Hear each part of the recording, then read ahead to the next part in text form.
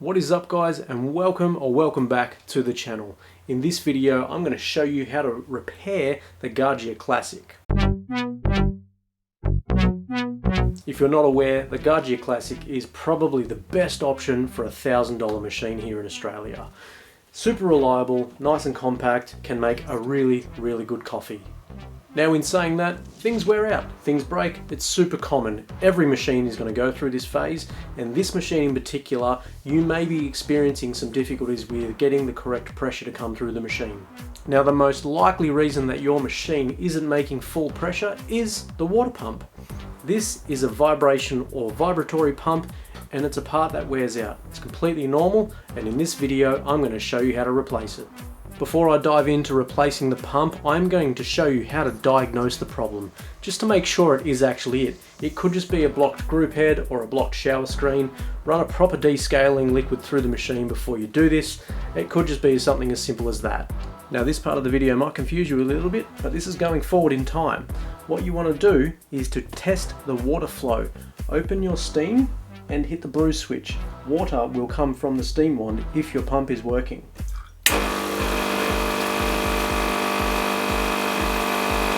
If it's not, then the issue is most likely the pump.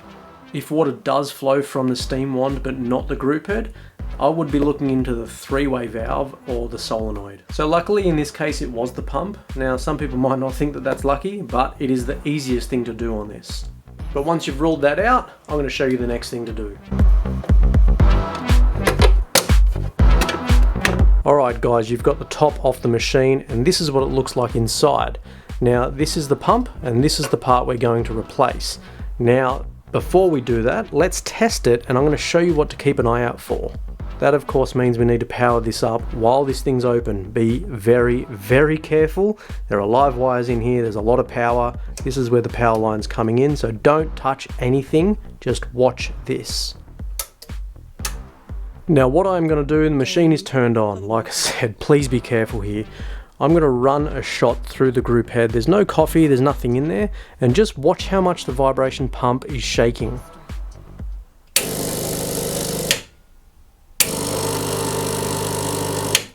So as you could see and hear, the pump is working, however we just don't have a lot of flow. So it means the solenoid is switching the pump on and off. You should be able to tell this without taking the top off. You should be able to hear that happening. But we can see it is functioning and it's okay. It's not bouncing around too much, but there's clearly an issue there and it's just not pumping through the water at the rate we would like. So my diagnosis of this machine is that pump needs to be replaced. I'm not really surprised. I know where this machine came from and they haven't been looking after the thing very well. So it's time to rip this pump out, pop the new one in. I'm going to show you how easy it is to do. So first thing first, take the power out. Make sure it's not connected to anything, just for a bit of safety. And then we need to dislodge this black rubber. It fits into the little section just behind here. If you have a look, there's a little L piece. This is what we need to remove. It can take quite a bit of force. Sometimes it can help to get a screwdriver down here, just push it out a little bit, but be careful because this is plastic and you can break it. So pop that out. And then we need to repeat the process down the bottom. So now that we have the pump dislodged, we can pull it all the way out, pulling this hose all the way through. A little trick here is just mark that one and that there, just so that we know which side the grey wire goes onto and which side the white wire goes onto. Disconnect those, and there'll normally be a little bit of putty or glue holding this in place. You can just break that off and pop that out. Now as you can see, there's a couple of differences, not just in the colour, that's not the important part. This is actually a brass fitting on top, so it's quite a bit stronger than the plastic version. But what you do want to make sure of is that the fitment is the same. So they're both 230/220 volt. In this instance, obviously if you're in a different country that could be different, but 50 Hertz, that's perfectly fine. And then of course 48 watts. But if you do have this exact machine, click down in the description and I've got a link to buy this exact pump. Alright, first things first, this lower fitting does just pull off. Pull the cap off the bottom of the new pump and just pop that guy straight on there. So the top is a little bit different though. If you look inside the new one, you'll see that there's a thread there. This will come off fairly easily. If you look closely, there's actually a little slot there for a tool where you can unwind it. As simple as that. You are going to lose a little bit of water there.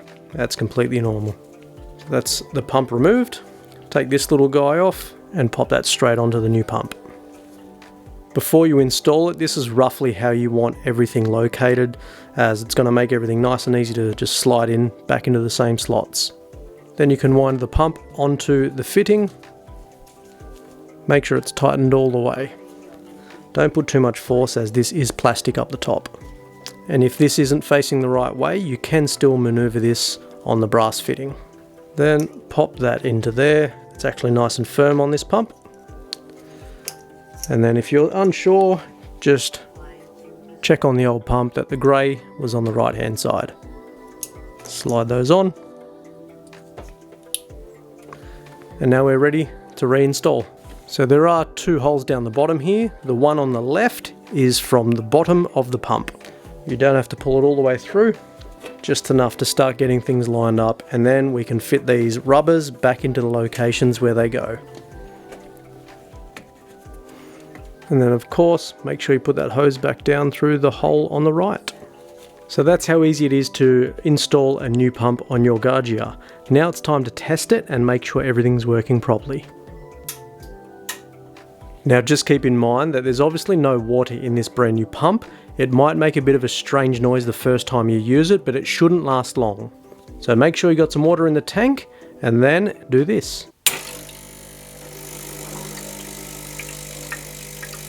Much better.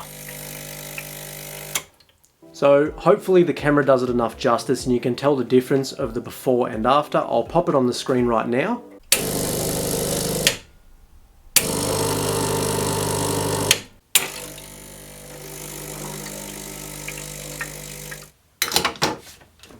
So hopefully this has helped you fix your Gaggia.